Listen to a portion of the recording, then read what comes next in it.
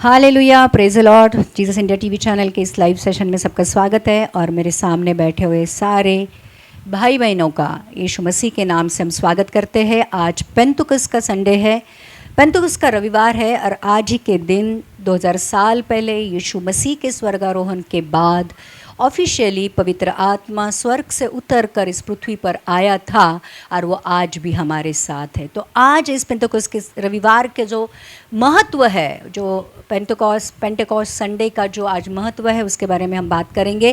और आज हम बात करेंगे कि पवित्र आत्मा से भरना क्या होता है, पवित्र आत्मा का बपतिस्मा क्या होता है, वो कैसे पाना है और उसको मिलने के बाद जीवन में क्या होता है और उसको पाना कितना ज़रूरी होता है। तो आज पवित्र आत्मा के बारे में जो बातें आपने कभी सुनी नहीं होगी, आज वो बातें हम आपको बताने वाले हैं। और आप सच में इस वचन को सुनने के बाद आपको ऐसे लगेगा कि नहीं, मुझे पवित्र आत्मा चाहिए ही चाहिए।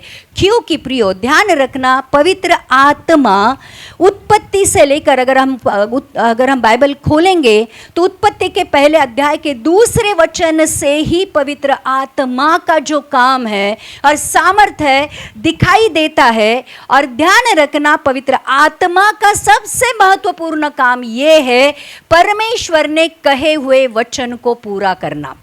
तो पवित्र आत्मा वो ताकत है, वो सामर्थ्य है जो पवित्र वचन को पूरा करता है। और आज हमारे जीवन में भी जो कुछ भी परमेश्वर का वचन कहता है उसको पूरा करने के लिए पवित्र आत्मा के सामर्थ्य की बहुत ज़रूरत है। और ध्यान रखना प्रियो, पवित्र आत्मा हमें इसलिए दिया गया है क्योंकि हम हमारी इच्छा, ताकत, सामर्थ्य के द्वारा पिता की इच्छा पूरी नहीं कर सकते। पवित्र आत्मा का सामर्थ्य हमें पिता की इच्छा पूरी करने के लिए बहुत ज़रूरी है।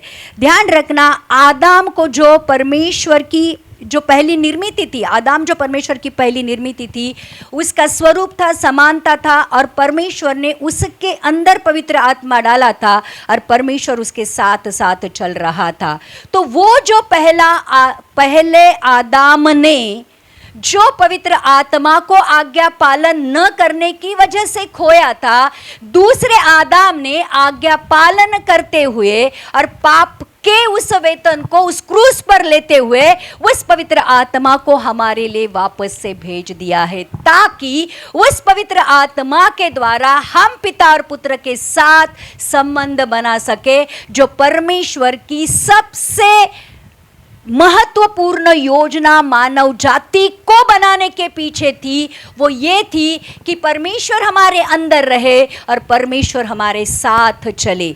जो पवित्र आत्मा का काम था हमारी जिंदगी में, जो पाप की वजह से हम लोगों ने फेल किया था, पवित्र परमेश्वर यीशु मसीह ने आकर फिर से वो हमारे लिए दे दिया। देखो, पवित्र आत्मा आदम के अंदर था और परमेश्वर की उपस्थिति उसके साथ चल रही थी, लेकिन वो जो आज्ञा पालन न करने की वजह से पवित्र आत्मा को उसने खोया था। अब क्या होता है, पुराने करार में समय समय के ऊपर अगर आप देखोगे तो पवित्र आत्मा लोगों के ऊपर उतर कर आता था। हर एक को परमेश्वर ने फिर पवित्र आत्मा से नहीं भरा था, परंतु समय समय पर लोगों के ऊपर पवित्र आत्मा उतर कर आता था और परमेश्वर की जो योजना उस व्यक्ति के लिए होती थी, उस व्यक्ति के द्वारा पवित्र आत्मा के सामर्थ्य से वो जो योजना थी वो पूरी होती थी। और उस पवित्र आत्मा को भेजकर परमेश्वर बुद्धि, ज्ञान, सामर्थ्य और उसकी अगुवाई में मनुष्य को थोड़े समय के लिए चलाता था। और जैसे ही परमेश्वर की इच्छा या योजना पूरी होती थी, पवित्र आत्मा वापस से चला जाता था। और इसलिए देखो, अगर निर्गमन की किताब का 31वां अध्याय का 3रा वचन हम पढ़ेंगे, एक्सोडस 31:3 में लिखा है कि जब उस मंदिर का निर्माण करने का समय आ गया तो परमेश्वर को अपने हिसाब से मंदिर चाहिए था। तो उन्होंने परमेश्वर ने उन कारागिर जो लोग थे उनके ऊपर अपनी पवित्र आत्मा को भेजा और लिखा है, और मैं उसको परमेश्वर की आत्मा से जो बुद्धि, प्रवीणता, ज्ञान और सब प्रकार के कार्यों की समझ देने वाली आत्मा है परिपूर्ण करता हूँ। तो परमेश्वर उस समय में समय समय पर टेम्पररीली इन लोगों को बुद्धि, ज्ञान, प्रवीणता और सब प्रकार के कार्यों की समझ देने के लिए आत्मा को भेजता था, और वो काम पूरा करके वो आत्मा वापस से परमेश्वर के पास चला जाता था। और इसलिए यूसुफ के अंदर अगर हम देखेंगे कि पुराने करार में जितने भी लोग थे उनके अंदर पवित्र आत्मा आता था। जैसे यूसुफ के ऊपर, मूसा के ऊपर, यहोशू के ऊपर, दानियल के ऊपर, यशायाह के ऊपर, शिमशोन के ऊपर, शाऊल के ऊपर, एजेकियल के ऊपर, एलिया के ऊपर, एलिशा के ऊपर, अगर ये सारे जो परमेश्वर ने चुने हुए जो लोग होते थे उनके ऊपर पवित्र आत्मा उतर कर आता था और वो जो परमेश्वर की योजना है वो पूरा करता था, और फिर परमेश्वर उस आत्मा को वापस बुलाता था। तो ये जो लोग थे उनके भीतर, उनके अंदर या उन पर पवित्र आत्मा उतर कर आता था। मैं आपको ये क्यों समझा रही हूं कि पवित्र आत्मा का उतरना और पवित्र आत्मा का बपतिस्मा, इसमें क्या फर्क है मैं आज आपको बताने वाली हूं। मेरा वचन का आज टॉपिक ये है कि पवित्र आत्मा के उतरने से क्या होता है और पवित्र आत्मा का बपतिस्मा लेने से क्या होता है, उसमें का जो फर्क है मैं आज आपको समझाने वाली हूँ। और ये वचन सुनने के बाद आपको भी ऐसा लगेगा कि नहीं, मुझे पवित्र आत्मा सिर्फ उतरना नहीं परंतु पवित्र आत्मा का बपतिस्मा चाहिए, क्योंकि बपतिस्मा होने के बाद जिंदगी कैसे बदल जाती है आज मैं आपको उसके बारे में बताने वाली हूँ। तो नए करार में भी, अब ये पुराने करार की बात हो गई कि जब भी भविष्यद्वक्ता थे, याजक थे, राजा थे, उनके ऊपर पवित्र आत्मा उतर कर आता था, लेकिन नए करार में यूहन्ना पर भी पवित्र आत्मा उतर कर आया था। अगर देखते हैं लूका की किताब का पहला अध्याय का 15 वचन पढ़ेंगे, 15वां वचन से पढ़ेंगे। क्योंकि वह प्रभु के सामने महान होगा और दाखरस और मदिरा कभी ना पिएगा। अब ये जो वचन लिखे गए हैं जकरिया, यूहन्ना बपतिस्मा देने वाले के जन्म से पहले ही जकरिया की, उसके जो पिता है उसकी भेंट एक स्वर्गदूत आकर उस पवित्र अति पवित्र स्थान में लेता है और वो कहता है कि देख, तेरी प्रार्थना सुनी गई है और तूने जो बच्चा मांगा था अब वो बच्चा देने का समय आ गया है। अब तेरे इस बुढ़ापे में भी तुझे बच्चा होगा, और वो बच्चा कैसा होगा वो स्वर्गदूत जकरिया को कहता है, और अपनी माता के गर्भ से ही पवित्र आत्मा से परिपूर्ण हो जाएगा। जकरिया करके जो याजक है, जो अपने जो उसका धूप जलाने के लिए पवित्र मंदिर में जाता है और उस पवित्र अति पवित्र स्थान में स्वर्गदूत आकर उसकी भेंट लेता है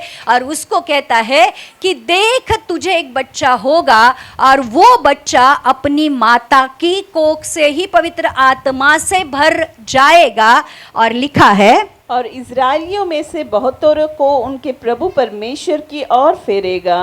तो ये जो बच्चा होने वाला, ये माता के गर्भ से ही पवित्र आत्मा उसके ऊपर उतर कर आएगा। अब ये पवित्र आत्मा का कार्य था जो यूहन्ना के लिए था कि वो यीशु मसीह के आने से पहले उसके लिए मार्ग बनाए। अब पवित्र आत्मा कभी भी बेवजह लोगों के ऊपर उतर कर नहीं आया। अगर आप पूरा बाइबल पढ़ोगे तो जिसके लिए परमेश्वर की अद्भुत योजना थी वो योजना पूरी करने के लिए ही परमेश्वर ने उन लोगों के लिए पवित्र आत्मा को भेजा था। जैसे यूहन्ना जो परमेश्वर यीशु मसीह के लिए मार्ग बनाने के लिए इस दुनिया में आने वाला था, उसको अपना काम करने के लिए जो स्वर्गीय सामर्थ्य चाहिए थी वो सामर्थ्य पवित्र आत्मा के द्वारा उसको माता के गर्भ से ही मिली थी। और बाद में से अगर आप बाइबल पढ़ोगे तो जकरिया जो उसके यूहन्ना के पिता थे उसके ऊपर भी पवित्र आत्मा उतर कर आता है, एलिशिबा जो उसकी माता है उसके ऊपर भी पवित्र आत्मा उतर कर आता है, और जो यीशु की माँ है मरियम, उसका काम था वचन देहधारी करके इस दुनिया में लेके आना। अब वो काम पूरा करने के लिए भी मरियम के ऊपर पवित्र आत्मा उतर कर आता है। और अब जब लूका की किताब का पहला अध्याय का 35वां वचन जब हम पढ़ते हैं, स्वर्गदूत ने उसको उत्तर दिया, पवित्र आत्मा तुझ पर उतरेगा और परम प्रधान की सामर्थ तुझ पर छाया करेगी। अब मरियम के पास स्वर्गदूत उतर कर आता है और उसको कहता है कि तू गर्भवती होगी और तू एक पुत्र जनेगी जिसका नाम तू यीशु रखना, और जो परम प्रधान परमेश्वर का पुत्र कहलाएगा। अब वो कहती है कैसा होगा, क्योंकि मैं पुरुष को नहीं जानती हूं। तो वो कहता है देख, तुझे वचन को देहधारी कर कर यीशु के रूप में इस दुनिया में लाने के लिए तेरे ऊपर पवित्र आत्मा का सामर्थ्य उतर कर आएगा, छाया करेगा, और उस पवित्र आत्मा के सामर्थ्य के द्वारा वचन गर्भवती होगा और यीशु को जन्म देगा। तो ध्यान रखना, मरियम का रोल क्या था? यीशु मसीह को इस दुनिया में लाना, लेकिन उसके लिए किसकी जरूरत थी? पवित्र आत्मा की। तो पवित्र आत्मा उसके ऊपर भी उतर कर आया। अब यीशु मसीह को जो इस दुनिया में परमेश्वर ने भेजा था, उसके ऊपर भी पवित्र आत्मा उतर कर आया। अब मैं तुमको ये बताने वाली हूं, पवित्र आत्मा उतर कर आने के बाद क्या होता है और पवित्र आत्मा का बपतिस्मा मिलने के बाद क्या होता है, और ये दोनों का फर्क क्या है। और फिर ये फर्क जानने के बाद आप आपके जीवन को जब टटोलोगे तो आपको पता चलेगा कि सिर्फ पवित्र आत्मा उतर कर आना ही काफी नहीं है, परंतु पवित्र आत्मा का बपतिस्मा पाना बहुत जरूरी है। आइए देखते हैं यशायाह की किताब का 61वां अध्याय का पहला वचन, जो यीशु के बारे में कहता है, प्रभु यहोवा का आत्मा मुझ पर है, क्योंकि यहोवा ने सुसमाचार सुनाने के लिए मेरा अभिषेक किया और मुझे इसलिए भेजा है कि कैदित मन के लोगों को शांति दूं, कि बंदियों के लिए स्वतंत्रता का और कैदियों के लिए छुटकारे का प्रचार करूं। तो पवित्र आत्मा, देखो जहां पर भी पवित्र आत्मा उतर कर आया उसका कार्य परमेश्वर ने उनको बता दिया, बराबर। अब क्या लिखा है? यहोवा का आत्मा मुझ पर है। ये कौन कहता है? यीशु मसीह के बारे में लिखा है। तो क्यों है? क्योंकि यहोवा के सुसमाचार सुनाने के लिए मेरा अभिषेक किया और मुझे इसलिए भेजा है कि खेदित मन वालों को शांति दूं, कि बंदियों को स्वतंत्रता का और कैदियों को छुटकारे का प्रचार करूं। तो यीशु मसीह के ऊपर भी आत्मा, आगे भी लिखा है कि यीशु मसीह के आत्मा के द्वारा क्या क्या काम यीशु मसीह के जीवन में होने वाले हैं।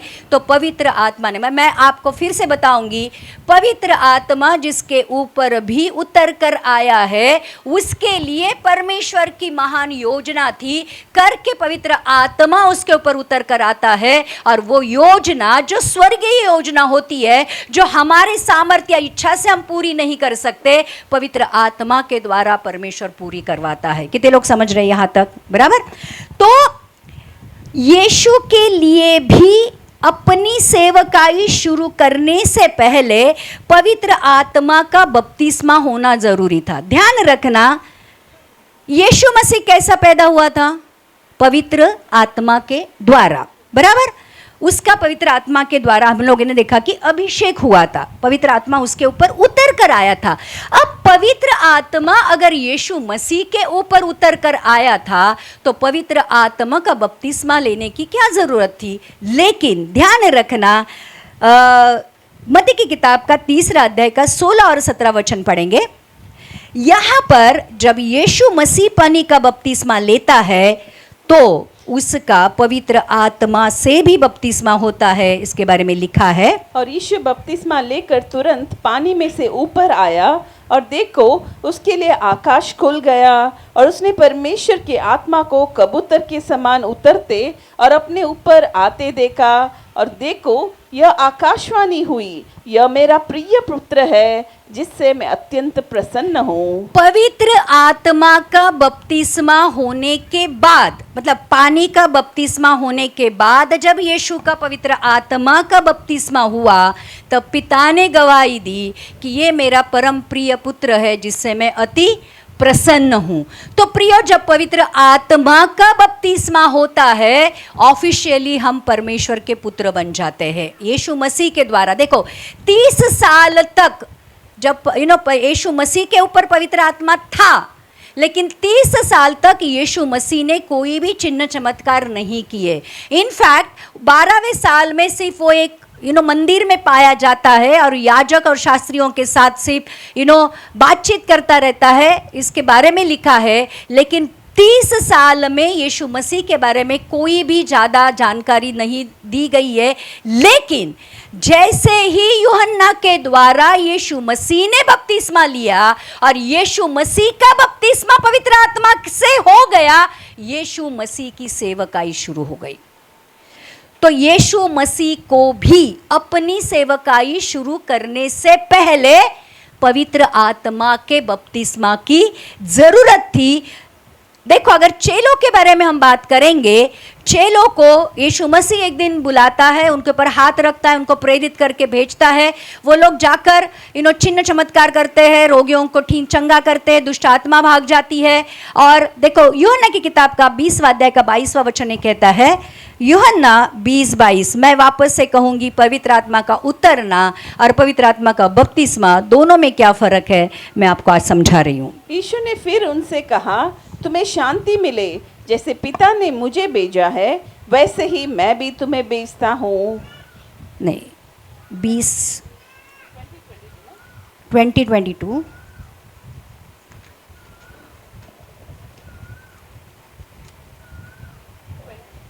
यह कहकर उसने उन पर फूंका और उनसे कहा, पवित्र आत्मा लो।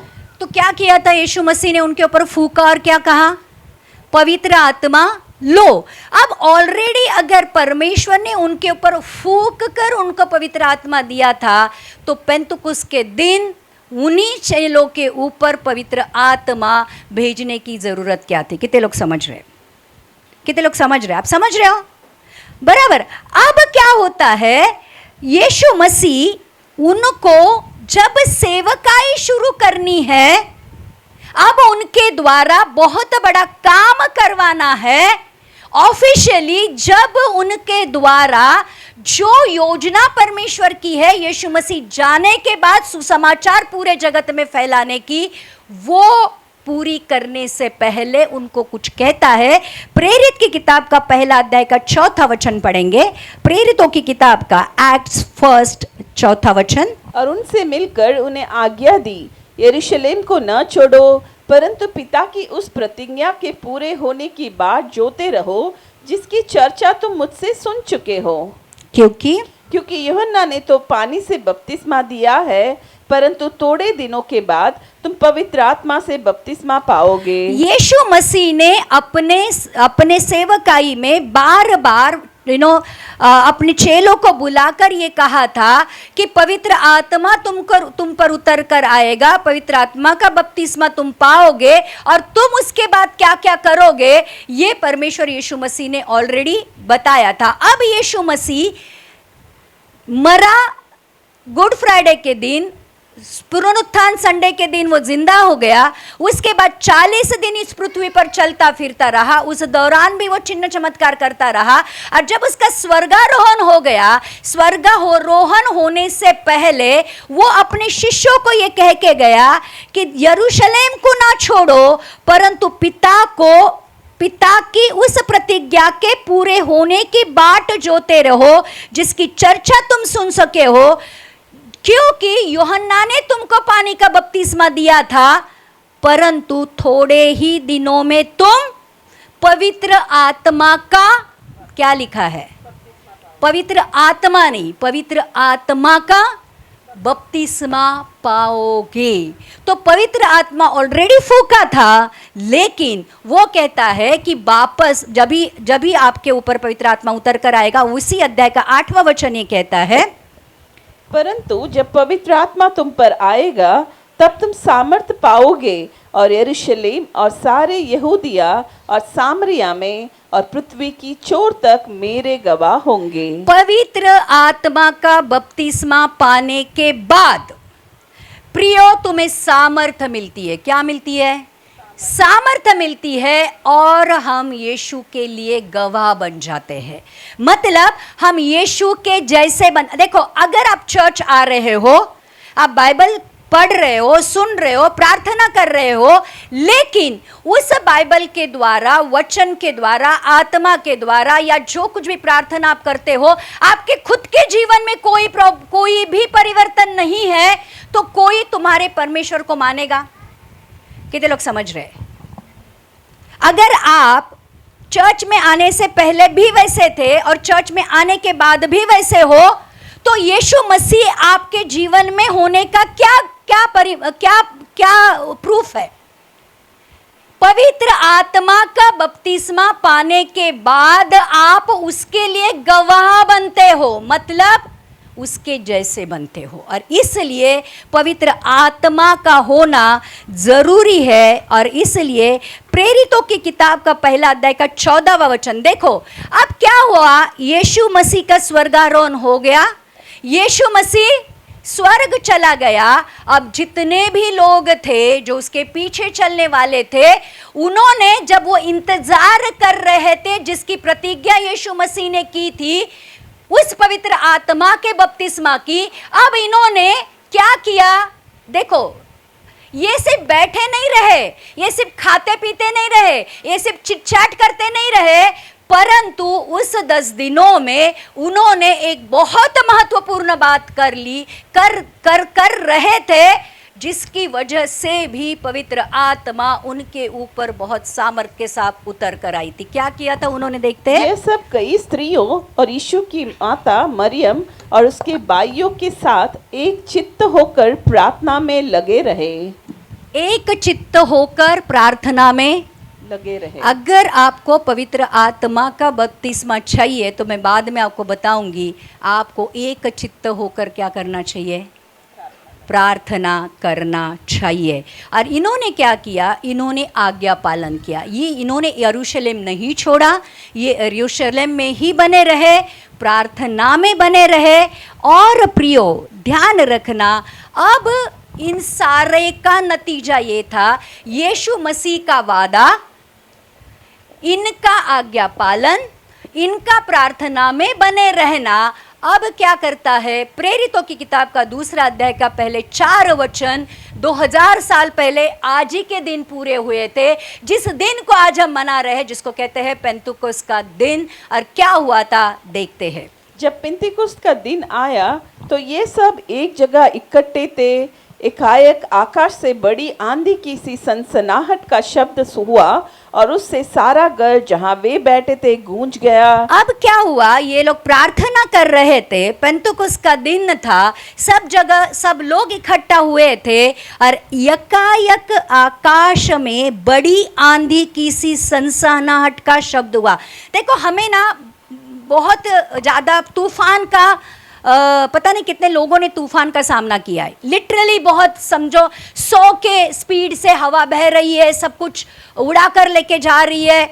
ऐसे जो बहुत बड़ा तूफान होता है, उस दिन वहां पर यकायक बड़ी आंधी सी सनसनाहट का शब्द, मतलब वहां पर लिटरली आंधी आ गई। और लिखा है कि और उससे सारा घर जहां पर वो बैठे थे गूंज गया। पूरे यरूशलेम में आंधी नहीं आई, कहाँ आई? जहां पर वो प्रार्थना में बैठे थे वहां पर आंधी आई। और आगे लिखा है, और उन्हें आग की सी जीभें फटती हुई दिखाई दी और उनमें से हर एक पर आ ठहरी। हर एक जन, जो 120 लोग वहां पर बैठे थे, हर एक के ऊपर एक जीभ, आग की जीभ की लपटे, मतलब जैसे दिया रहता है ना, दिया की लपटे कैसे रहती है, हर एक के ऊपर आकर ठहर गई। और वे सब पवित्र आत्मा से भर गए। वो सब पवित्र आत्मा से भर गए, मतलब उनका पवित्र आत्मा में बपतिस्मा हो गया। आगे लिखा है, और जिस प्रकार आत्मा ने उन्हें बोलने की सामर्थ्य दी, वे अन्य अन्य भाषा बोलने लगे। और पवित्र आत्मा के सामर्थ्य के द्वारा वो अन्य अन्य भाषाओं में बात करने लगे। ध्यान रखना, ये 120 लोग थे उस समय में, पेंतुकोस्त के दिन, क्योंकि वो त्यौहार था, पूरे जगत से सारे यहूदी लोग उस समय में यरूशलेम में इकट्ठा हुए थे और हर एक जन की भाषा अलग थी, लेकिन ये 120 लोग जो सिर्फ उनकी इब्रानी और यहूदी जो भी भाषा थी वो जानते थे, अब ये हर एक की भाषा में बात करने लगे और परमेश्वर की बढ़ाई करने लगे। कितने लोग समझ रहे हैं? लेकिन इसका मतलब ये नहीं है कि पवित्र आत्मा का बपतिस्मा होने के बाद लोग हिलने लगते हैं, डुलने लगते हैं, गिर जाते हैं और अन्य भाषा में बात करते हैं। उतना ही नहीं होता है, परंतु पवित्र आत्मा मिलने के बाद सबसे महत्वपूर्ण बात आपके जीवन में ये होती है कि आपके जीवन का उद्देश्य बदल जाता है। समझ लो, अब ये जितने भी लोग वहां पर इकट्ठा हुए थे, जिनके ऊपर पवित्र आत्मा उतर कर आया था, कुछ दिन पहले ही यीशु मसीह को क्रूस पर देने के बाद पतरस और उसके बाकी दोस्तों ने ये सोचा था, अब यीशु मसीह मर गया, चलो जाकर फिशिंग करते हैं, वापस से मच्छीमारी करते हैं। लेकिन अब ये लोग पवित्र आत्मा मिलने के बाद मच्छीमारी करने नहीं गए। अब ये पवित्र आत्मा मिलने के बाद पतरस निडरता के साथ चौराहे के ऊपर खड़ा हो गया, जबकि वो यीशु मसीह मरने के बाद डर के मारे छुपे हुए थे। अब निडरता के साथ ये खड़ा होता है और पवित्र आत्मा उसको एक बहुत बड़ी भविष्यवाणी आखिरी दिनों की कहता है। वो सुनाता है कि 17वां वचन अगर हम पढ़ेंगे, परमेश्वर कहता है कि अंत के दिनों में ऐसा होगा कि मैं अपने आत्मा सब मनुष्य पर उंडेलूंगा और तुम्हारे बेटे और तुम्हारी बेटियां भविष्यवाणी करेंगी और तुम्हारे जवान दर्शन देखेंगे और तुम्हारे पुरनिये स्वप्न देखेंगे। आखिरी दिन कब शुरू होते पता है फिर आपको? आखिरी शुरू हुए थे, आखिरी दिन पेंतोकुस के दिन शुरू हुए थे। अब हम 2024 साल पहले अगर अंत दिन थे, अंतिम दिन थे, तो आज हम कौन से दिन में हैं? कितने लोग समझ रहे हैं? तो परमेश्वर का वचन कहता है, ये पतरस को पवित्र आत्मा जो योएल में की हुई जो भविष्यवाणी है, ये याद दिलाता है कि आखिरी दिनों में परमेश्वर का आत्मा मनुष्य पर उंडेला जाएगा। हमारे बेटियां भविष्यवाणी करेंगे, जवान दर्शन देखेंगे और पुरनिये सपन देखेंगे। जब पवित्र आत्मा का बपतिस्मा होता है ना प्रियो, तो आपके जीवन का सब कुछ बदल जाता है। आपके जीवन से आप भविष्यवाणी करने लगते हो, परमेश्वर के दर्शन देखने लगते हो, आपको परमेश्वर सपने के द्वारा बात करने लगता है। और फिर बाद में ये पतरस उठकर जब खड़ा होता है, यीशु मसीह के बारे में बात करता है। जिन लोगों ने यीशु मसीह को क्रूस पर चढ़ाया था, उनको पश्चाताप होता है कि ये हमारा उद्धार करने आया था, लेकिन उसी उद्धारकर्ता को हमने क्रूस पर चढ़ाया, तो उनके हृदय छीद जाते हैं और वो कहते हैं अब हम क्या करें। और फिर पतरस कहता है आपके पाप क्षमा के लिए आप पश्चाताप करो और पश्चाताप के बाद आप बपतिस्मा लो, तो आप पवित्र आत्मा का बपतिस्मा पाओगे। और उस पतरस के उस बोलने से, अधिकारवाणी से पहली कलीसिया जो 3000 लोगों की है शुरू हो जाती है। अब मुझे बताओ, पहले पवित्र आत्मा जब उतर कर आता है तो हम अपने लिए जीते हैं, पापी जीवन को छोड़ते नहीं है। काफी सारे लोगों को पवित्र आत्मा मिलता है, कोई हाथ रखता है, कभी परमेश्वर की उपस्थिति में आपको आत्मा मिलता है, आप हिलते हो, डुलते हो, आप अन्य भाषा में बात करने लगते हो, परमेश्वर की सामर्थ को आप पाते हो, आपका चंगाई छुटकारा होता है। पवित्र आत्मा आपके ऊपर उतर कर आता है, लेकिन पवित्र आत्मा उतर के आने के बावजूद भी आप पाप भी करते हो और पवित्रता में भी रहते हो। कितने लोग समझ रहे हैं? बराबर। काफी सारे लोग हैं जो दोहरा जीवन जीते हैं, पवित्र आत्मा मिलने के बावजूद भी या उतर कर आने के बावजूद भी हमारा जीवन नहीं बदलता है प्रियो। लेकिन जब पवित्र आत्मा का बपतिस्मा होता है तो मैं आपको समझाती हूं क्या होता है।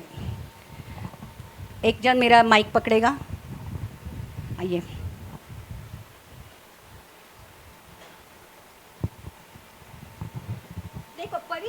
आत्मा से जब आप भरते, माइक पकड़ म्हणजे माझ्या समोर ठेव. जब पवित्र आत्मा आपके ऊपर उतर कर आता है तो ये पवित्र आत्मा है और ये आप हो. बराबर. कभी पवित्र आत्मा काम करता है, कभी आप काम करते हो. बराबर. अब जब भी है ना हमारी जिंदगी थोड़ी अच्छी थोड़ी बुरी होती है, हम काफी बार जो पाप हमारी जिंदगी में है उसके ऊपर हम जितना चाहिए उतना विजय नहीं पाते हैं. जो करना चाहिए वो नहीं करते, जो नहीं करना है वो करते हैं, पवित्र आत्मा मिलने के बावजूद भी, पवित्र आत्मा का मतलब पवित्र आत्मा उतर कर आने के बावजूद भी. लेकिन जब आपका पवित्र आत्मा का बपतिस्मा, बपतिस्मा का मतलब क्या होता है? डुबाया जाना. बपतिस्मा का मतलब उस समय में बप्तियोस करके कहा जाता था. जो लोग डाई करते हैं, काफी सारे कपड़ों को डाई किया जाता है, तो ये कपड़ा क्या करते हैं, पानी, वो जो डाई है उसमें भिगोया जाता है और जब बाहर निकालते हैं तो वो कपड़ा पूरी तरह जिस डाई में वो डुबाया गया था वैसा ही बनता है, जिसको कहते थे बपतिस्मा. तो बपतिस्मा का मतलब होता है डुबाया जाना. अब ये आपके ऊपर पवित्र आत्मा उतर कर आया है, लेकिन जब आपका बपतिस्मा होता है तो आप क्या होते हैं? पूरी तरह उस पवित्र आत्मा में आप डुबाए जाते हो. आपके इर्द गिर्द भी पवित्र आत्मा होता है और आपके अंदर भी. कितने लोग समझ रहे? ये समझो पवित्र आत्मा है, ये पूरा पवित्र आत्मा है और आपका बपतिस्मा हुआ है, आपको पानी में डुबाया गया है, आप पूरी तरह पवित्र आत्मा से भर गए हो. अब आपके आजू बाजू में भी, आपके अंदर अभी पूरी तरह पवित्र आत्मा है और जब बपतिस्मा होता है आप पूरी तरह पवित्र आत्मा से भर जाते हो. अब आपके जीवन में कोई भी एरिया नहीं है जहां पर पवित्र आत्मा नहीं है. फिर ये पवित्र आत्मा बपतिस्मा होने के बाद पवित्र आत्मा का आप पूरी तरह पवित्र आत्मा से भरकर चलते हो. अब यहाँ पे जगह नहीं है आपको पाप के लिए, क्योंकि अब पूरा पवित्र आत्मा से आप भर गए हो. और परमेश्वर चाहता है सिर्फ पवित्र आत्मा उतर कर नहीं आए, पवित्र आत्मा आपको विश्वास के बाद उतर कर आता है. जब यीशु मसीह के ऊपर जब आप विश्वास करते हो तो पवित्र आत्मा सील के रूप में आपको दिया जाता है. लेकिन पवित्र आत्मा से भरना तब होता है जब आप पूरी तरह पवित्र आत्मा में सोख होते हो. पूरी तरह आपको, जैसे एक डाई, कपड़े का जब डाई होता है, जब वो कपड़ा पूरी तरह उस कलर से, जिस कलर में वो भिगाया जाता है, जब वो पूरी तरह वो कलर उसके अंदर और वो कलर के अंदर होता है तो ध्यान रखना वो एक दूसरे में होते हैं. वैसे ही परमेश्वर चाहता है कि बपतिस्मा का मतलब होता है आप पूरी तरह पवित्र आत्मा में डूब जाओ, आपका खुद का कोई अस्तित्व नहीं रहे और आप अब जब पवित्र आत्मा से भर गए हो तो फिर वचन ये कहता है, यूहन्ना की किताब का 14वां अध्याय का 15वां वचन पढ़ेंगे. यूहन्ना 14:15. यदि तुम मुझसे प्रेम रखते हो तो मेरी आज्ञाओं को मानोगे. पवित्र आत्मा मिलने का पहला क्राइटेरिया, पहला क्या कहते हैं उसको, पहली बात आपको करनी है, क्या करनी है? 15वां वचन, यदि तुम मुझसे प्रेम रखते हो, परमेश्वर से प्रेम करना. बराबर.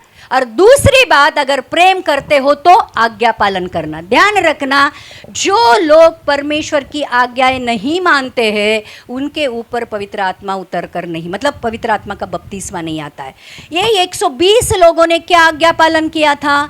यरूशलेम मत छोड़ो बोल के उन्होंने यरूशलेम, इनफैक्ट उस समय में यरूशलेम में रहना खतरे से खाली नहीं था. ये जो यहूदी लोग थे और जो रोमी लोग थे उनको पकड़कर मार डालने वाले थे, लेकिन फिर भी यीशु मसीह के कहने पर उन्होंने यरूशलेम में ही रुके रहे, प्रार्थना में बने रहे और उनके ऊपर पवित्र आत्मा का अभिषेक, जो कहते हैं बपतिस्मा, हो गया. तो पहली बात यह है आज्ञा पालन अपने से शुरू करना है. दूसरी बात परमेश्वर से प्रेम के बाद आज्ञा पालन करना है. आगे लिखा है मैं पिता से विनती करूंगा और वह तुम्हें एक और सहायक देगा कि वह सर्वदा तुम्हारे साथ रहे। एक और सहायक, पहला सहायक यीशु और दूसरा सहायक पवित्र आत्मा देगा जो तुम्हारे साथ रहेगा।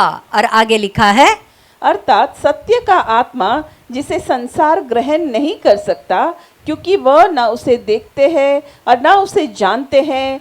तुम उसे जानते हो क्योंकि वह तुम्हारे साथ रहता है और वह तुम में होगा। पवित्र आत्मा सिर्फ ऊपर उतर कर आना प्रियो, और पवित्र आत्मा साथ में रहना और अंदर रहना में फर्क है। कितने लोग समझ रहे हैं? टेम्पररीली कोई आपके ऊपर हाथ रखता है, आपका पवित्र आत्मा मिल जाता है। कोई काफ़ी सारे लोगों को पवित्र आत्मा मिलता है, हिलते हैं, डुलते हैं, गिरते हैं, अन्य भाषा में बात करते हैं, बहुत कुछ करते हैं। ये भी पवित्र आत्मा मिलने का एक चिन्ह है। लेकिन जब पवित्र आत्मा का बपतिस्मा होता है, पवित्र आत्मा देखो लिखा है तुम्हारे अंदर रहेगा और तुम्हारे साथ चलेगा। कितने लोग समझ रहे हैं? वो सत्य का आत्मा, और कौन सा आत्मा है? वो सत्य का आत्मा है जो आपके अंदर रहेगा और आपके साथ चलेगा। और ध्यान रखना, जो आपके अंदर रहता है वही आपको चलाता है। अगर आपके अंदर गुस्सा है तो गुस्सा आपको चलाएगा, आपके अंदर जलन है तो जलन आपको चलाएगी, आपके अंदर माफ न करने का आत्मा है तो माफ न करने का आत्मा आपको चलेगा, आपके अंदर डिप्रेशन है तो डिप्रेशन आपको चलाएगा, आपके अंदर व्यभिचार है तो व्यभिचार आपको चलाएगा। लेकिन अगर आपके अंदर परमेश्वर का आत्मा है जो सत्य का आत्मा है तो कौन चलाएगा? कितने लोग समझ रहे हैं? इसलिए परमेश्वर का पवित्र आत्मा का बपतिस्मा मिलने के बाद आप सत्य के मार्ग पर चलने लगते हो, आपका जीवन बदलने लगता है। और यही काम है पवित्र आत्मा का कि आपको परमेश्वर के वचन में चलाए, सत्यता में चलाए, प्रेम में चलाए और परमेश्वर के जैसा बनने में आपकी मदद करे। क्योंकि परमेश्वर को हमने तो देखा नहीं है, किसने देखा है? पवित्र आत्मा परमेश्वर के साथ रहता है, तो जब वो हमारे पास, हमारे अंदर और हमारे साथ दिया जाता है, वो पवित्र आत्मा परमेश्वर जैसा है वैसे हमें बदलने की कोशिश करता है। कितने लोग समझ रहे हैं? और आगे लिखा है, यूहन्ना की किताब का 16वां अध्याय का 12वां वचन पढ़ेंगे। मुझे तुमसे और भी बहुत सी बातें कहनी हैं, परंतु अभी तुम उन्हें सह नहीं सकते। परंतु जब वह अर्थात सत्य का आत्मा आएगा तो तुम्हें सब सत्य का मार्ग बताएगा। अब क्या होता है? देखो, अब जब हम पवित्र आत्मा के बगैर जब वचन पढ़ते हैं तो वचन कठिन लगते हैं। एक एग्जाम्पल मैं बताती हूँ, चिंता मत करो, वचन कहता है हाँ या ना? किसी भी बात की चिंता मत करो, लेकिन आप चिंता करते हो, हाँ या ना? परमेश्वर का वचन कहता है कि जैसे मैंने अपने अपराधियों को माफ किया वैसे ही तू मेरे अपराध माफ कर। क्या अपराध माफ कर सकते हो आप? लोगों के अपराध पूरी तरह माफ किया है आपने अभी तक? नहीं। कोई एक गाल पर चाटा मारता है तो क्या आप में हिम्मत है कि दूसरा गाल देने की? नहीं। ये जो बातें हैं जो यीशु मसीह कह के गया है ये कठिन है। निरंतर प्रार्थना में बने रहो, हो सकता है? नहीं हो सकता है। व्यभिचार से दूर रहो, हो सकता है? नहीं हो सकता है। अब क्या करता है पवित्र आत्मा प्रियो? ये पवित्र आत्मा जैसे लिखा है यहाँ पर कि हमारे लिए वचन की बातें समझना बहुत कठिन होता है। काफी बार जब आप वचन पढ़ते तो आपको ऐसे लगता है ये कैसे हो सकता है, प्रभु मेरे से नहीं होने वाला है। दुश्मनों के लिए प्रार्थना करो, दुश्मनों को माफ करो, सताने वालों के लिए प्रार्थना करो। हम कहते हैं प्रभु तुझे नहीं पता है उसने मेरे साथ क्या किया है, उसका पाप माफ करने के योग्य नहीं है प्रभु। कहते कि नहीं कहते हैं? उसने मेरी जिंदगी को बर्बाद किया है, उसने मेरा पूरी तरह से सत्यानाश किया है प्रभु, मैं जिंदगी भर उसको माफ नहीं कर पाऊंगा। लेकिन परमेश्वर आपका आत्मा अंदर से कहता है जैसे मैंने अपने अपराधियों को माफ किया है बेटा वैसा ही तेरा अपराध माफ होगा। चुपचाप दूसरों के अपराध माफ कर, और माफ करने के लिए ताकत, सामर्थ, इच्छा भी पवित्र आत्मा देता है। इसलिए पवित्र आत्मा का बपतिस्मा होना जरूरी है। और आगे ऐसे लिखा है कि वो कहता है कि काफी सारी बातें तुमको समझ में नहीं आएगी, वचन समझ में नहीं आते हैं। बराबर, कितने लोग समझते हैं कि वचन समझ में नहीं आते हैं? काफी बार हम पढ़ते हैं लेकिन हमें समझ में नहीं आता है। लेकिन यही पवित्र आत्मा आपको वचन की गहराई तक लेके जाता है और वचन सच में क्या कहता है और परमेश्वर उसके द्वारा आपसे क्या बातें करना चाहता है। पवित्र आत्मा का बपतिस्मा होने के बाद ये वचन आपसे बातें करते हैं। मैंने मेरी जिंदगी में देखा, मैंने पहले बहुत बाइबल पढ़ी, मैं एक समय में 5-5, 6-6 घंटा बाइबल पढ़ती थी, लेकिन मुझे कुछ समझ में नहीं आता था, एब्सोल्युटली। और काफी बार तो मुझे ऐसा लगता था कि एज अ डॉक्टर ये क्या बाइबल है, लंगड़ों को चलना सिखाया, अंधों को आंखें दी, मुर्दों को जिलाया, ये क्या है? ये हो ही नहीं सकता है, ये किताब गलत है।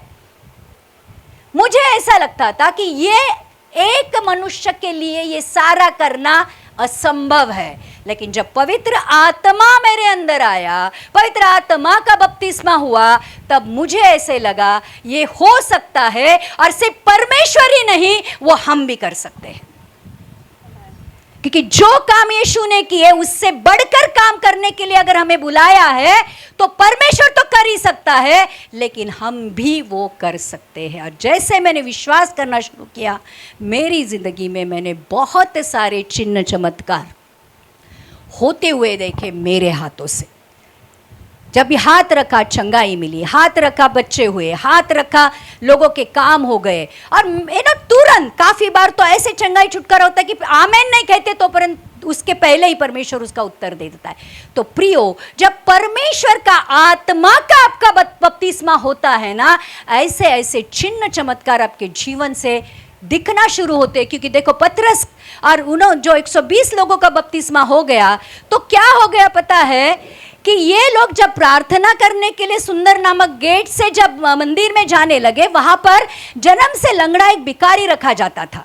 वो भिखारी भीख मांगता था।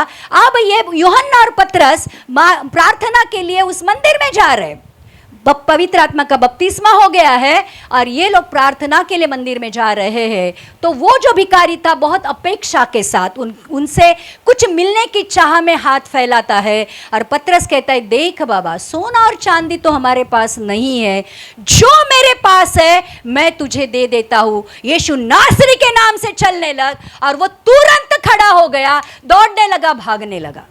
कितने लोग समझ रहे हैं? जब पवित्र आत्मा मिलता है तो एक ऐसी सामर्थ आपको मिलती है जिसके द्वारा आपके जीवन के द्वारा लोगों के जीवन में असंभव का संभव होने लगते हैं। कितने लोग समझ रहे हैं? और इसलिए से पवित्र आत्मा, उनको लगता है हिल गई मैं, डुल गई मैं, गिर गई मैं, मिल गया पवित्र आत्मा। कितने लोग समझ रहे? शौक लगा, ठंडी लगी, गर्मी लगी, पसीना आ गया, मैं गिर गई, और जीवन में बदलाव जीरो। और वो गिरने के बाद क्या हो गया? घर में जाकर झगड़ा किया, इधर गिर गए, इधर हिल गए, इधर डुल गए, और घर में जाकर। कितने लोग समझ रहे? इस बात को आज नहीं समझोगे तो प्रियो कभी नहीं समझोगे। क्योंकि पवित्र आत्मा जब आपके प्राण आत्मा शरीर के ऊपर राज करता है, जैसे आप पूरी तरह जब उस पवित्र आत्मा में डुबाए जाते हो। देखो, मैं गुलाब जाम का उदाहरण हमेशा देती हूँ। गुलाब जाम को आप तलते हो और इधर पाक रहता है, पाक यहाँ है, गुलाब जाम का वो गोल इधर है। अब आप क्या करते हो? खाते हो ऐसे ऐसे गुलाब जाम खाते हो और ऊपर से सिरप पीते हो? नहीं, क्या करते हो? हाँ, गुलाब जाम का मतलब ही होता है गुलाब और जाम, जाम का मतलब वो जो सिरप है। आप गुलाब जाम को, उस गुलाब को जाम में डालते हो, थोड़ी देर के लिए रुकते हो, बराबर। अब गुलाब जाम लेते हो, अब ये गुलाब जाम को काटोगे तो क्या बाहर निकलेगा? मिठास। अब उसको स्क्वीज करोगे, क्या निकलेगा? मिठास। अब उसको पैरों के नीचे कुदलोगे, क्या निकलेगा? मिठास। अब उसको खाओगे तो क्या लगेगा? मिठास। पवित्र आत्मा वैसे ही, जब आप पवित्र आत्मा में पूरी तरह डूब जाते हो, आपको काटा भी जाता है तो भी यीशु बाहर आता है। आपको गाली भी दी जाती है तो भी यीशु बाहर आता है, आपके साथ धोखा भी किया जाता है तो भी यीशु बाहर आता है। ध्यान रखना, जब पवित्र आत्मा से पूरी तरह भरते हो, आपके जीवन से यीशु मसीह दिखाई देने लगता है। फिर नो मैटर आपको कहीं भी क्यों ना डाला जाए, आप किसी भी हालत में यीशु मसीह के गवाह बनते हो। कितने लोग समझ रहे, कितने लोग समझ रहे? और इसलिए परमेश्वर चाहता है कि वो आत्मा आपके अंदर सिर्फ ना हो, परंतु आप उस आत्मा के द्वारा जियो। और ध्यान रखना, परमेश्वर की बातें समझने के लिए भी पवित्र आत्मा जरूरी है, क्योंकि वचन ये कहता है, कानों ने सुना नहीं, आंखों ने देखा नहीं, किसी के मन में नहीं आया, ऐसी बातें परमेश्वर ने अपने प्रेम करने वालों के लिए तैयार करके रखी है। कैसे पता चलेगी? पवित्र आत्मा के द्वारा। पवित्र आत्मा जो परमेश्वर की गूढ़ बातें जानता है, ये जो आत्मा आपके अंदर होता है, ये परमेश्वर के हृदय को टटोलता है और तुम्हारे लिए जो अच्छी बातें हैं वो आपके पास लेके आता है। इसलिए काफी बार जब आप दुख में होते हो, आपको वचन याद आता है, डर मत, मैं तेरे साथ हूं। बराबर? जब आप बीमार होते हो, आप हाथ रखकर कहते हो कि यीशु मसीह के कोड़े खाने से मुझे चंगाई मिली है। जब आपको सब लोग छोड़ जाते हैं तो आपको वचन याद आता है कि मैं ना तुझे कभी छोड़ूंगा ना कभी त्यागूंगा, ना मैं तुझे कभी धोखा दूंगा। मैंने तेरे लिए, मेरी तेरे लिए, तेरे जीवन के लिए जो योजनाएं तेरे भले के लिए है, नुकसान के लिए नहीं है, तुझे एक भविष्य और आशा के लिए। आप जब निराशा में होते हो, तकलीफ में होते हो, प्रॉब्लम में होते हो, दुर्बल होते हो, निर्बल होते हो आपके शरीर में, तो ये पवित्र आत्मा आपको परमेश्वर के वचनों को याद दिलाता है, कहता है कि बेटा डर मत, मैं तेरे साथ हूं। अब मुझे बताओ, आप कॉन्शियसली जब आपको पता होता है मैं चल रहा हूं, उठ रहा हूं, बैठ रहा हूं, खा रहा हूं, पी रहा हूं, काम कर रहा हूं, मेरे साथ परमेश्वर का त्रैयक का एक भाग है जो पवित्र आत्मा है, क्या डरोगे? क्या हारोगे? कितने लोग समझ रहे? कितने लोग समझ रहे? जब आपको पता है कि आपके साथ परमेश्वर का पवित्र आत्मा चलता है, तो आप किस प्रॉब्लम से डरोगे?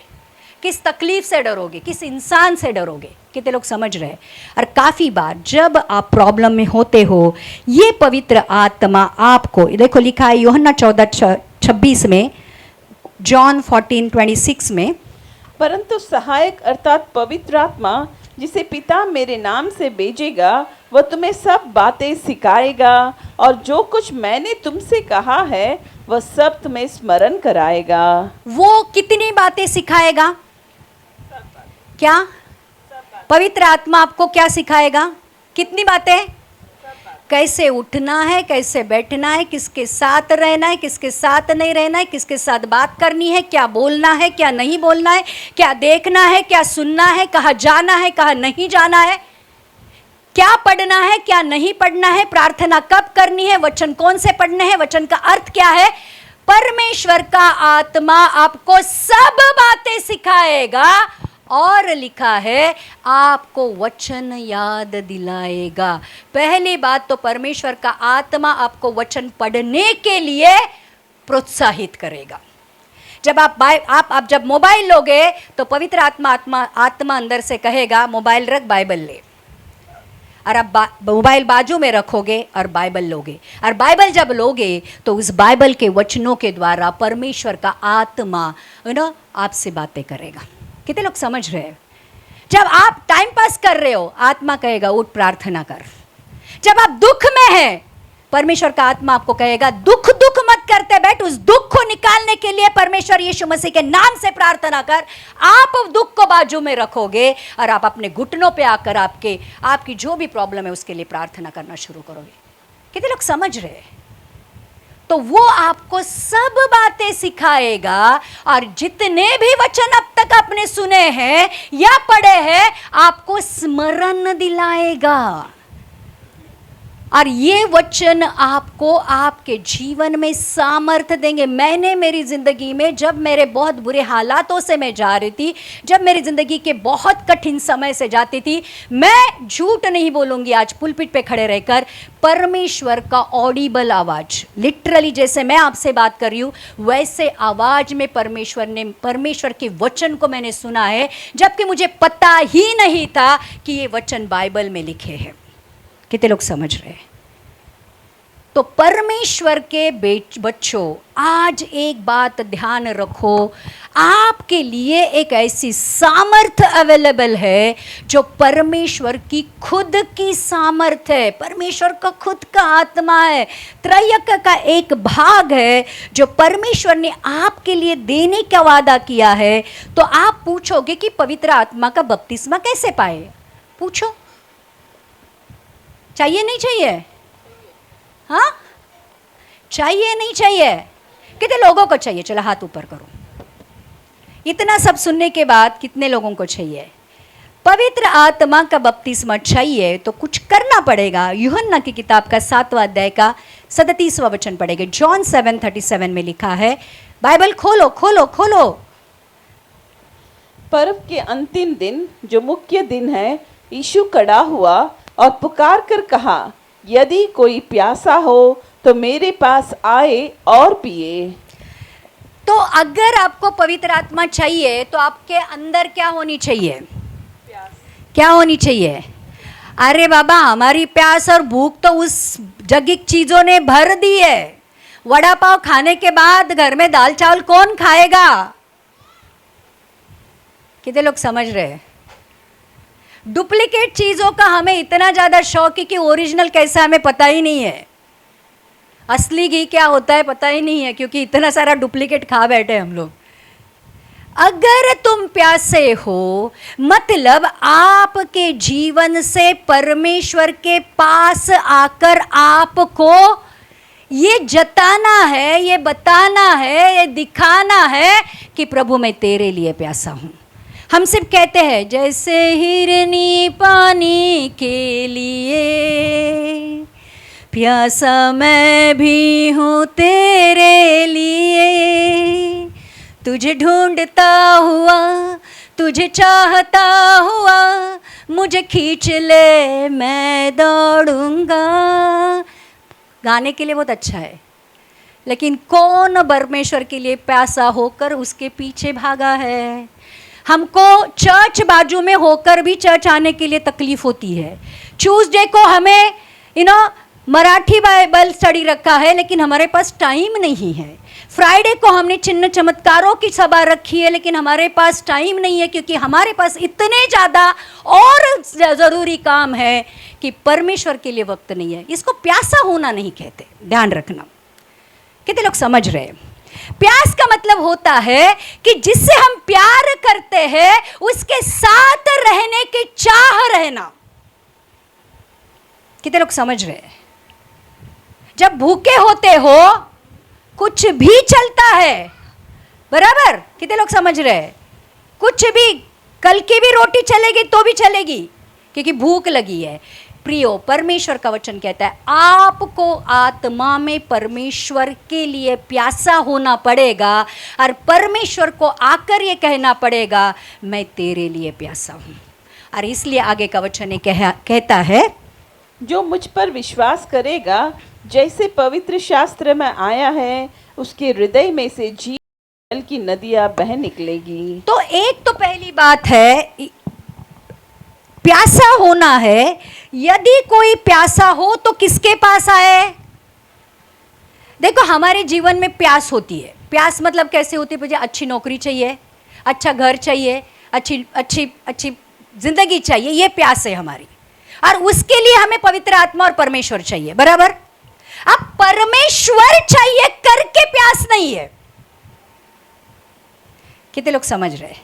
प्रभु तेरी आशीषें काफी है, तू नहीं मिलेगा तो भी चलेगा। प्रभु तेरे चिन्ह चमत्कार काफी है, तू नहीं रहेगा तो भी चलेगा। कितने लोग समझ रहे हैं? कितने लोग समझ रहे हैं? लेकिन जब कहेंगे प्रभु तू चाहिए और तू ही चाहिए, बाकी कुछ नहीं, और लिखा है कि जब हम प्यासे होकर परमेश्वर के पास आते हैं, वो कहता है कोई प्यासा है तो मेरे पास आए और पिए, जो मुझ पर विश्वास करेगा, जैसा पवित्र शास्त्र में आया है, उसके हृदय में से जीवन की जल की नदियां बह निकलेगी। अब परमेश्वर आपकी प्यास एक गिलास पानी से नहीं बुझाता है, एक मग पानी से नहीं बुझाता है। अब आपकी आत्मिक प्यास, आपको परमेश्वर आपके हृदय से नदियां, एक नदी नहीं, पता नहीं कितनी नदियां आपके हृदय से बहने लगती है। मतलब ना सिर्फ आपकी आत्मिक प्यास बुझती है, और इसलिए जो लोग परमेश्वर की आत्मा से तृप्त है ना, इसलिए वो कहता है कि तुम्हारा स्वभाव लोभ रहित हो, जो कुछ भी आपके पास है उसी में संतुष्ट रहो, क्योंकि ना मैं तुझे छोड़ूंगा और ना मैं तुझे त्यागूंगा। तो हम कल क्या होगा, परसों क्या होगा, 10 साल के बाद क्या होगा, इसमें नहीं जीते हैं। हम परमेश्वर को कहते तेरा अनुग्रह ही मेरे लिए काफी है। जो कुछ भी हमारी जिंदगी में है हम उसमें तृप्त होते हैं, क्योंकि जो इंसान पवित्र आत्मा से, उस जीवन के जल से तृप्त होता है, उसके लिए जग के लिए कोई प्यास नहीं होती है। कितने लोग समझ रहे? इनफैक्ट हम लोग क्या करते पता है, हमारी भौतिक जरूरतें पूरी करने के लिए हम पवित्र आत्मा और यीशु का इस्तेमाल करते हैं। हम यीशु के लिए कभी इस्तेमाल नहीं होना चाहते। कितने लोग समझ रहे? जहां हमारा फायदा है ना, हम वहीं पे आएंगे। परमेश्वर के पास भी जब दुख, संकट, प्रॉब्लम है, जब आके चर्च में बैठ जाएंगे, और जब सब आनंद ही आनंद है, घर में रहेंगे। और जब उस आनंद ही आनंद में जब प्रॉब्लम आती है, फिर वापस चर्च में आएंगे। कितने लोग समझ रहे हैं?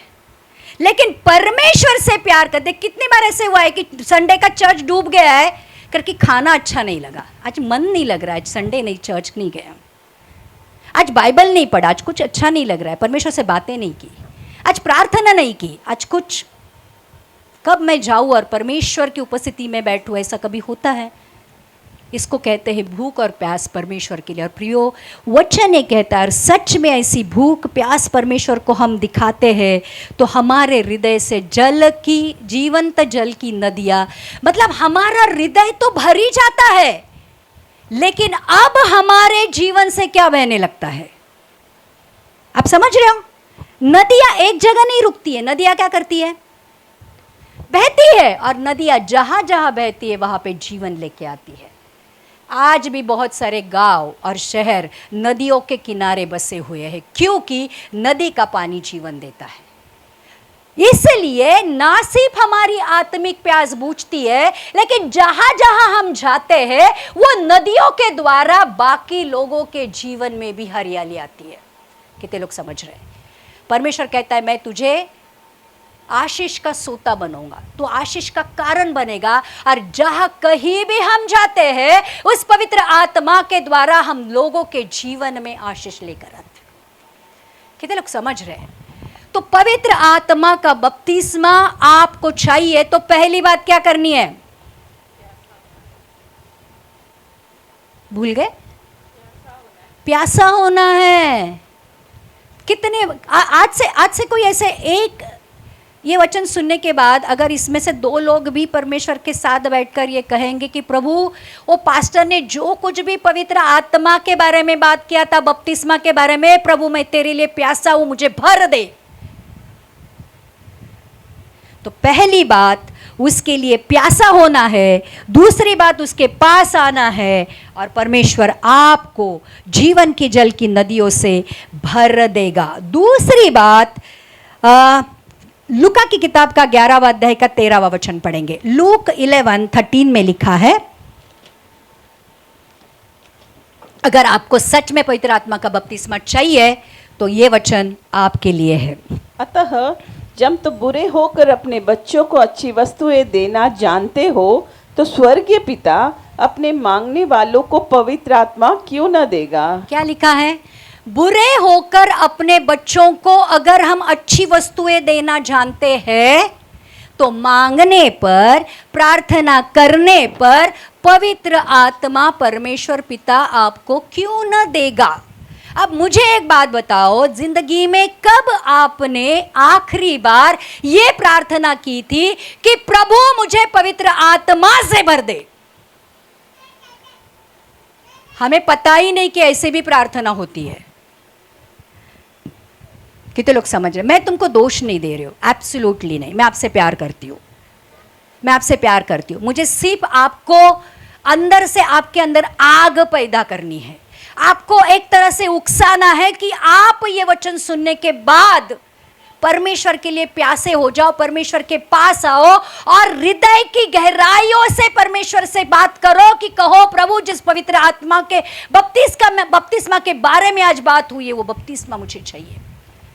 अगर वो कहता है बुरे होकर हमारे बच्चों को हम अच्छी वस्तुएं देना जानते हैं, हम हमारे लिए खराब वस्तुएं रखते हैं लेकिन हमारे अपने बच्चों को अच्छी वस्तुएं देते हैं, तो मांगने पर परमेश्वर पवित्र आत्मा का बपतिस्मा क्यों न देगा? लेकिन प्रॉब्लम ये है कि हम मांगते हैं। कितने लोग समझ रहे हैं? मैं एक बात कहूं आपको, दुनिया बनाने वाला परमेश्वर, उसका सामर्थ, उसका सत्य का आत्मा, उसका प्यार का आत्मा अगर हमारे अंदर डालेगा और वो हमारे साथ चलेगा, तो इस दुनिया में आपको किस बात की कमी घटी होगी? कितने लोग समझ रहे हैं? दुनिया बनाने वाला आपके साथ चल रहा है। समझो, फिर ये जो दुख है, दर्द है, रोना है, धोना है, सब निकल जाएगा, क्योंकि आपको पता रहेगा कि मेरे अंदर जो है वो सबसे बड़ा है जो इस दुनिया में है। वो कहता है डर मत क्योंकि मैं तेरे साथ हूँ। आपके जीवन से डर निकल जाएगा। आपके जीवन में, जैसे वचन कहता है कि मैंने तुम्हें डर की नहीं, सामर्थ, प्रेम और संयम की आत्मा दी। आप परमेश्वर के सामर्थ, प्रेम और संयम से भर जाओगे। कितने लोग समझ रहे हैं? तो कैसे पवित्र आत्मा पाना है? बोलो, चलो बोलो बोलो बोलो बोलो। परमेश्वर के पास आना है, कहना है मैं प्यासा हूं और प्रार्थना करनी है। कितने लोग करेंगे? हाथ ऊपर। ठीक है, आज रात को जाकर प्रार्थना करनी है, बराबर। और ध्यान रखना, ऐसा सामर्थ उतर कर आएगा ना प्रियो, कंटेन नहीं कर पाओगे। काफ़ी बार तो ये सामर्थ इतना ज़्यादा होता है, आप उसको ले नहीं पाते हो। इतना परमेश्वर अभिषेक भेजता है और उस अभिषेक के बाद जो सामर्थ, शांति और आनंद मिलता है, जो आपको इस दुनिया में अब्जोपति होने के बावजूद भी नहीं मिलेगा। मैं और एक्सपीरियंस से कहती हूँ, मैं ऐसी बातें नहीं करती हूँ। जब तक मैं मेरे जीवन में उसको एक्सपीरियंस नहीं करती हूँ, मैं तब तक नहीं कहती हूँ। आज मैंने एक्सपीरियंस किया है और मैं करती रही हूँ, और इसलिए मैं आपको इतनी ताकत और सामर्थ से बता रही हूँ। आमीन। तो पवित्र आत्मा कैसे पाना है हम लोगों ने देखा। अब पवित्र आत्मा का बपतिस्मा पाने के बाद क्या होता है, कितने लोगों को जानना है? आइए देखते हैं। इफिस की किताब का 3 अध्याय का 16वां वचन पढ़ेंगे। 16वें वचन से पढ़ेंगे।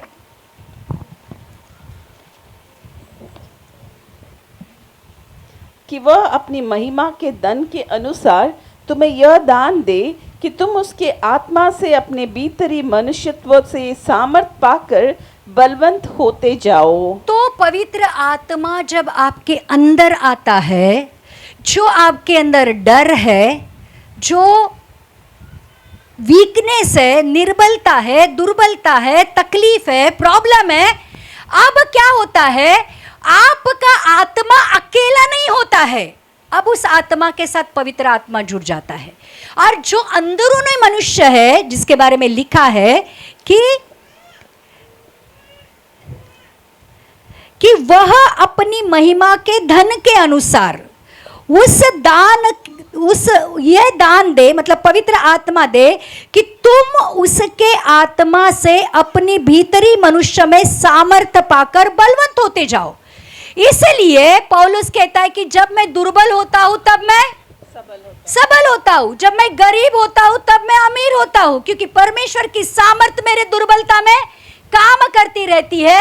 अब आप दुर्बलता, निर्बलता, डर, ये सारी चीजें भूल जाते हो, और अगर आपके जीवन में रहती भी है तो आप परमेश्वर के सामर्थ को बुलाते हो। और जैसे जैसे पवित्र आत्मा को आप जानने लगते हो, पहचानने लगते हो, आपका अंदरूनी मनुष्य स्ट्रांग होने लगता है। आज बहुत सारे मसीह लोग घबराए हुए हैं। आज बहुत सारे मसीह लोग निचला जीवन जी रहे। क्यों पता?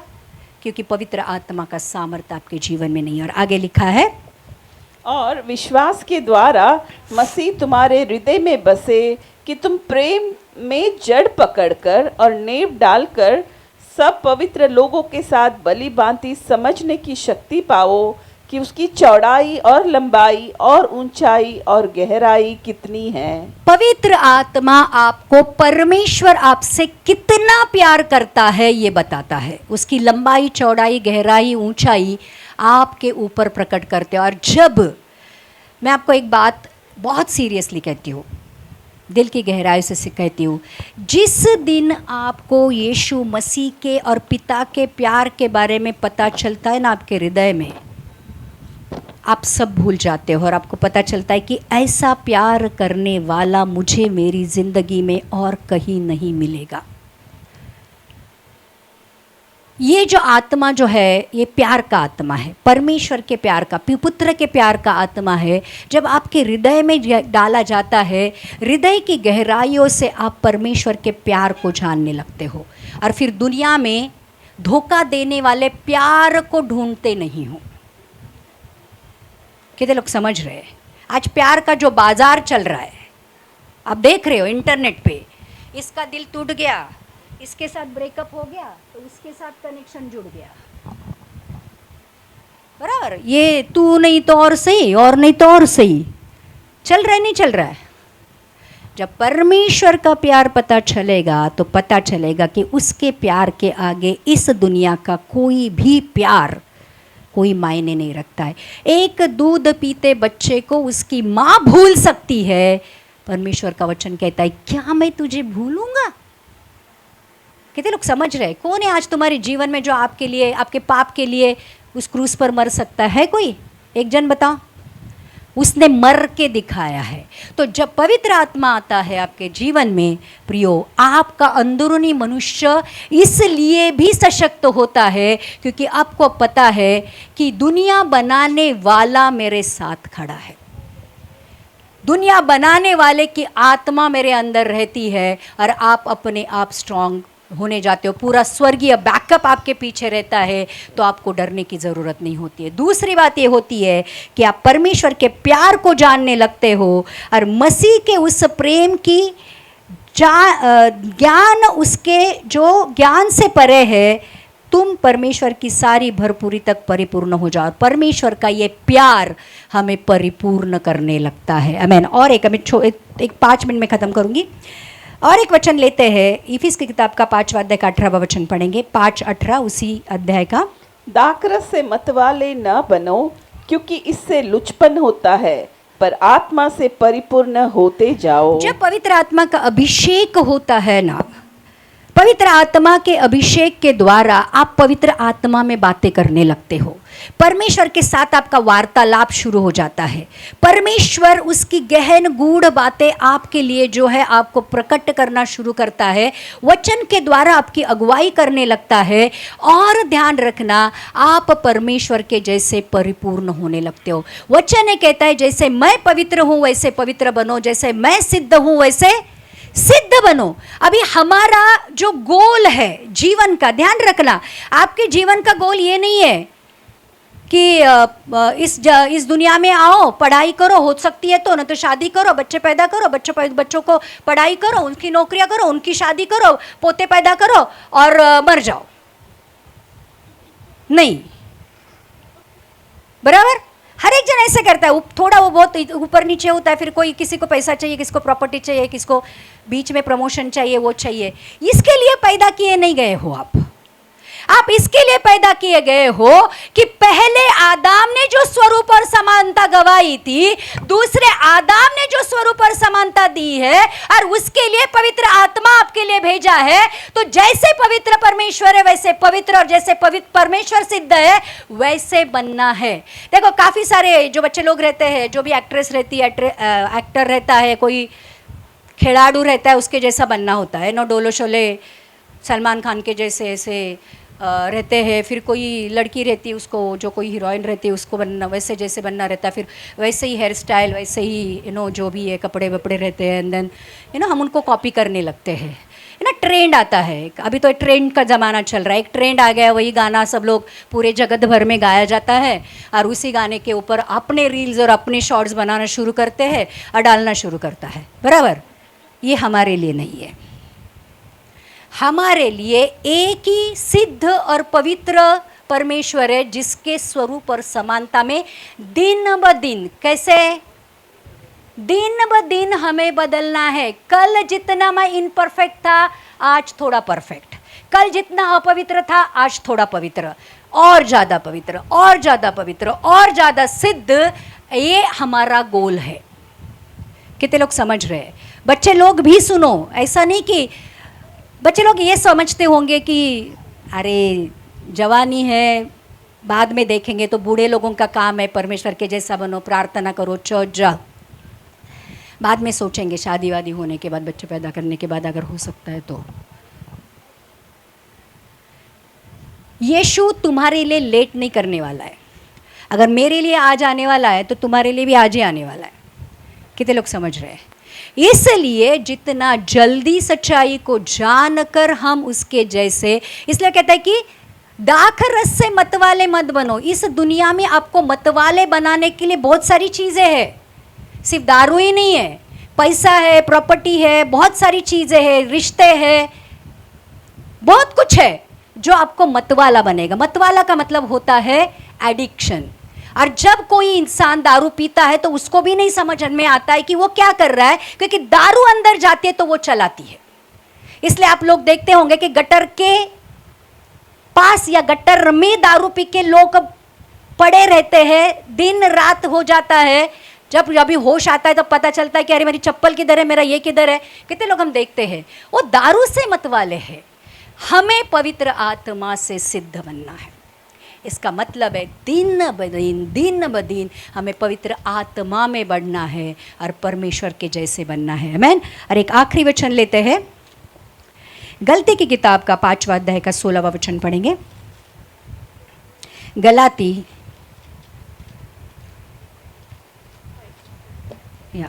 5:16। पर मैं कहता हूँ आत्मा के अनुसार चलो तो तुम शरीर की लालसा किसी रीति से पूरी ना करोगे। परमेश्वर का वचन कहता है आत्मा के अनुसार चलोगे तो शरीर की लालसा किसी रीति से पूरी न कर पाओगे। अगर आत्मा से भरे हो तो झूठ बोलने का मन नहीं करेगा। आत्मा से भरे हो तो लोगों की तरफ गलत दृष्टि से देखने का मन नहीं करेगा।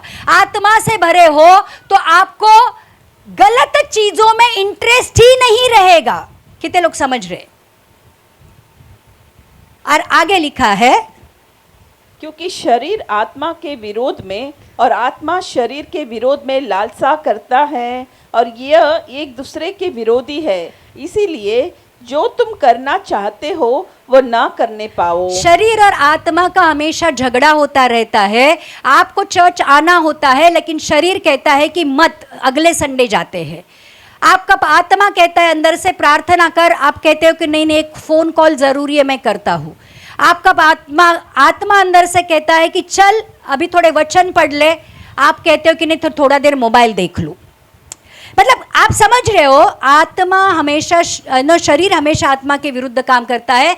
लेकिन पवित्र आत्मा का बपतिस्मा जब होता है, जैसे ही पवित्र आत्मा आपको अंदर से कहता है आप जाकर वो काम करते हो। जो शरीर, देखो पवित्र आत्मा के जो चलाए चलते हैं वही परमेश्वर के पुत्र कहलाते हैं। और इसलिए आप किसी भी रीति से आप आपके शरीर के शारीरिक इच्छाओं को पवित्र आत्मा के सामर्थ्य से दबाने लगते हो, निकालने लगते हो, और एक समय ऐसा आता है कि आप शारीरिक इच्छाओं को पूरी तरह मर जाते हो। आमीन। आगे लिखा है, और यदि तुम आत्मा के चलाए चलते हो तो व्यवस्था के अधीन न रहे। 19वां वचन, शरीर के काम तो प्रकट है। अभी देखो शरीर के काम प्रकट है। अगर आप व्यभिचार में हो, गंदे काम कर रहे हो, लुचपन कर रहे हो, मूर्ति पूजा, टोना, बैर, झगड़ा, ईर्ष्या, क्रोध, विरोध, फूट, विधर्म, डाह, मतवालापन, लीला क्रीड़ा और इसके जैसे और काम है जिनके विषय में मैं तुमसे पहले भी कह देता हूँ, जैसा पहले कह भी चुका हूँ, ऐसे ऐसे काम करने वाले परमेश्वर के राज्य में प्रवेश नहीं करेंगे। आप कहोगे कि मैं पवित्र आत्मा मुझ पर उतर कर आया है, मैं चर्च जा रहा हूँ, मैं प्रार्थना कर रहा हूँ, लेकिन अगर ये सारी चीज़ें आपके अंदर है तो आप परमेश्वर के राज्य में कभी प्रवेश नहीं कर पाओगे। परंतु लिखा है, पर आत्मा का फल तो प्रेम, आनंद, शांति, धीरज, कृपा, भलाई, विश्वास, नम्रता और संयम है, और ऐसे ऐसे कामों के विरोध में कोई व्यवस्था नहीं।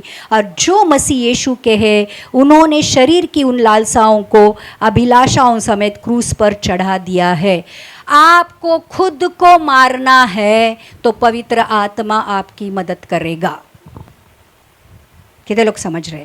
आपको खुद को क्रूस पर टांगना है, पवित्र आत्मा मदद करेगा।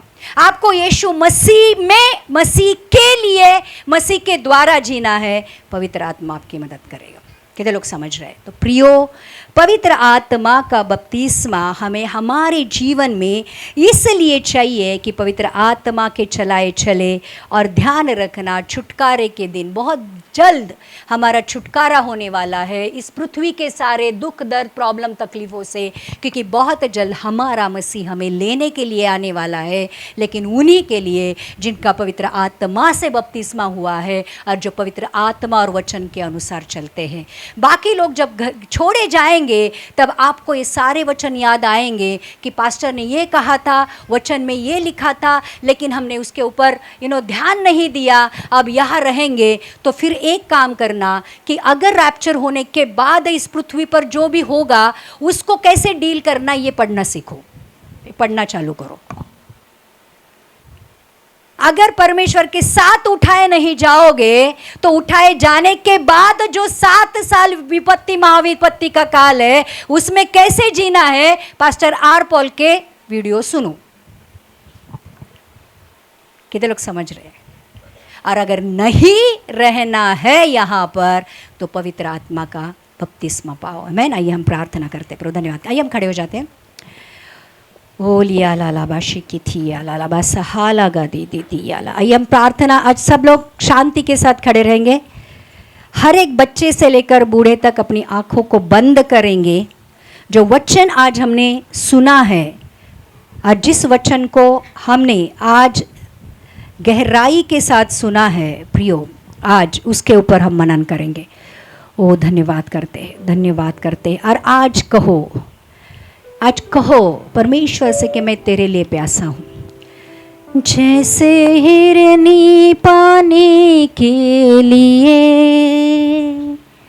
प्यासा मैं भी हूँ तेरे लिए। जैसे हिरनी पानी के लिए प्यासा मैं भी हूँ तेरे लिए। तुझे ढूंढता हुआ, तुझे चाहता हुआ, मुझे खींच ले मैं दौड़ूंगा। तुझे ढूंढता हुआ, तुझे चाहता हुआ, मुझे खींच ले मैं दौड़ूंगा।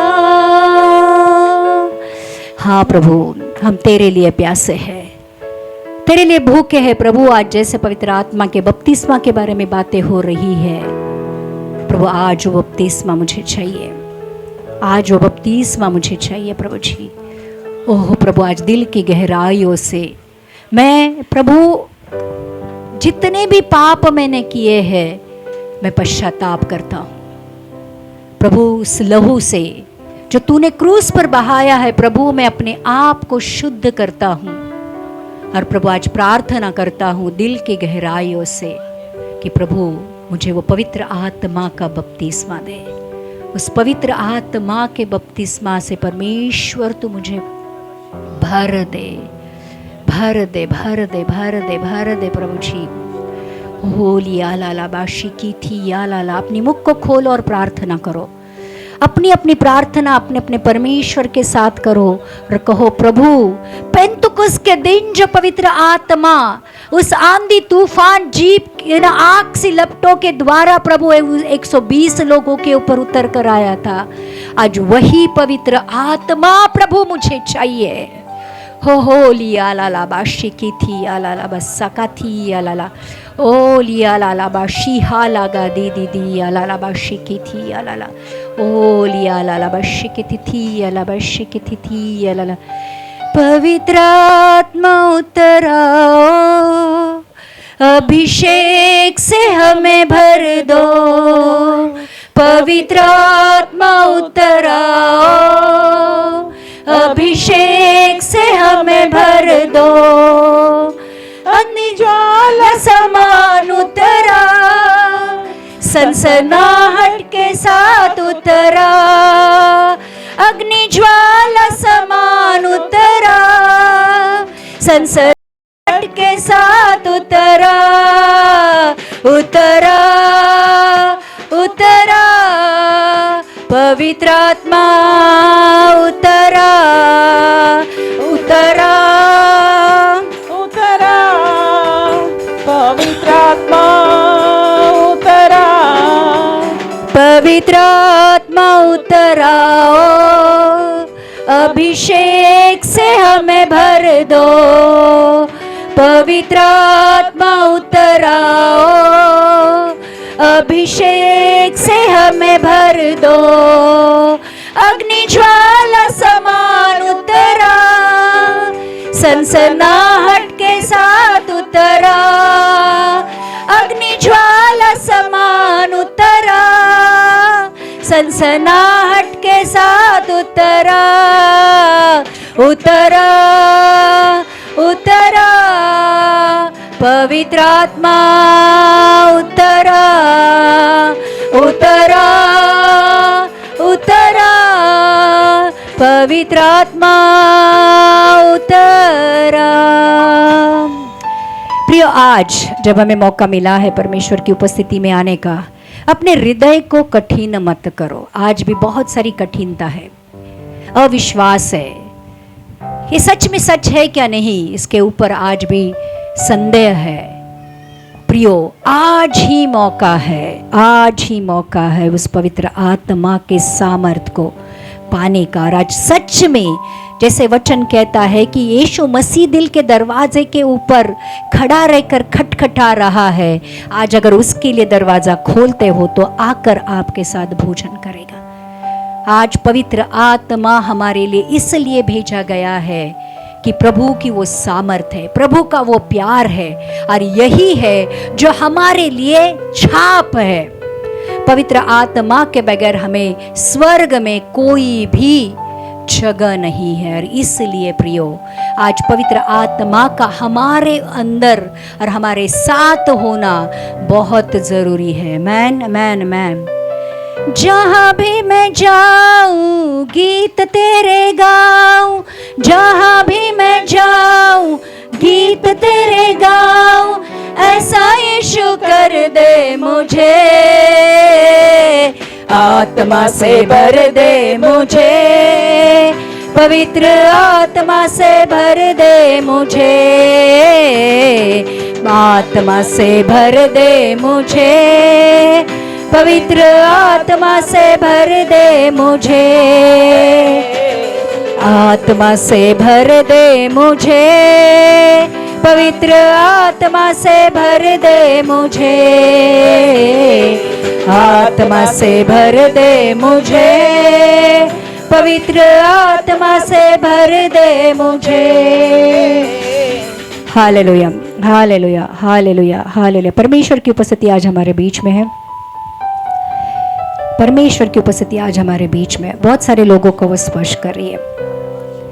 आज बहुत सारे कमर दर्द ठीक हो रहे हैं, पैरालिसिस ठीक हो रहा है, आंखों की तकलीफ ठीक हो रही है, हेडेक सर दर्द ठीक हो रहा है, साइनोसाइटिस जा रहा है, निमोनिया ठीक हो रहा है, एसिडिटी ठीक हो रही है, लीवर की हर एक प्रॉब्लम आज परमेश्वर उस पवित्र आत्मा के सामर्थ्य के द्वारा आपको छूकर आपके जीवन से निकाल रहा है। बहुत सारे लोगों के ऊपर पवित्र आत्मा का सामर्थ्य उतर कर आ रहा है। बहुत सारे लोगों को अन्य भाषा का दान मिल रहा है। अपने मुख को खोलो, परमेश्वर आपके मुख को भरने वाला है। सहालागा दी अलाला बशी की थी अलाला बशी की थी शिखी थी अलाला बशी की थी अलाला। कौन सुनेगा प्रार्थना हमारी यीशु मसीह के सिवा? कौन सुनेगा प्रार्थना हमारी यीशु मसीह के सिवा?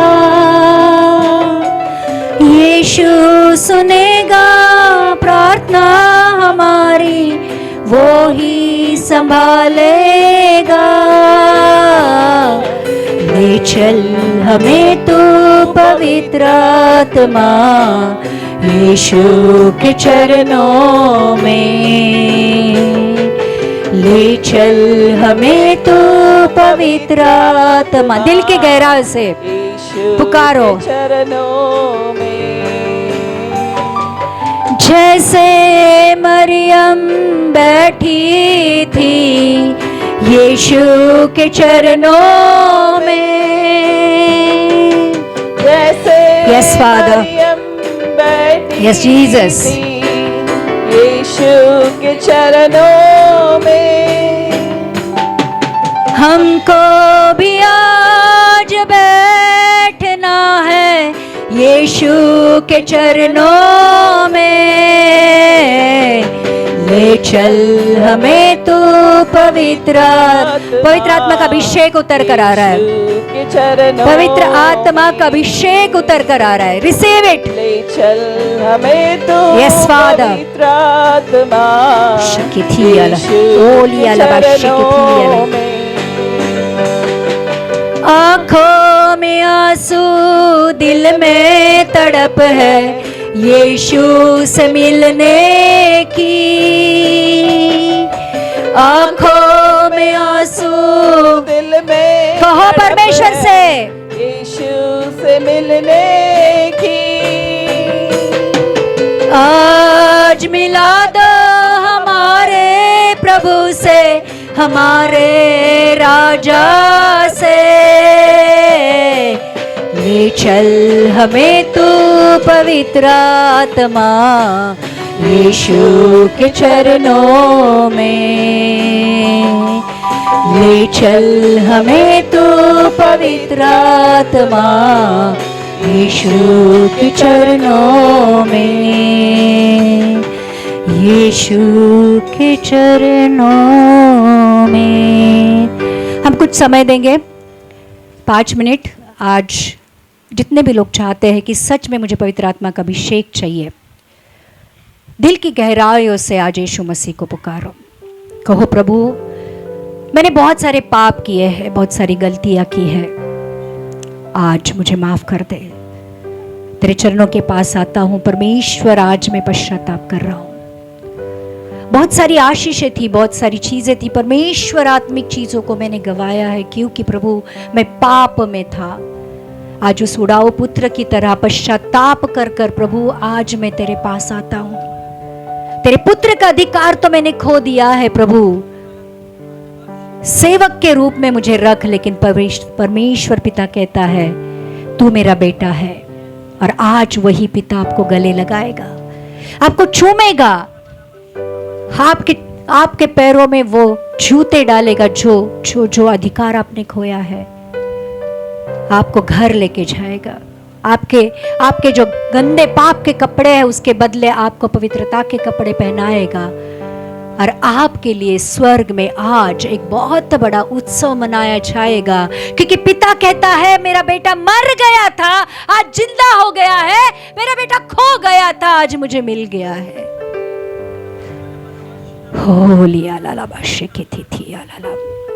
आज उस पश्चातापी हृदय के साथ, प्रार्थना के साथ परमेश्वर के पास आओ प्रियो। वो आपका इंतजार कर रहा है, वो आपका इंतजार कर रहा है। ओ शिकितिथि अलाला बस्सा कथाई अलाला बशिकितिथि अलाला। ओ भेज अग्नि, भेज प्रभु, तेरी अग्नि को भेज दे तेरे लोगों के ऊपर।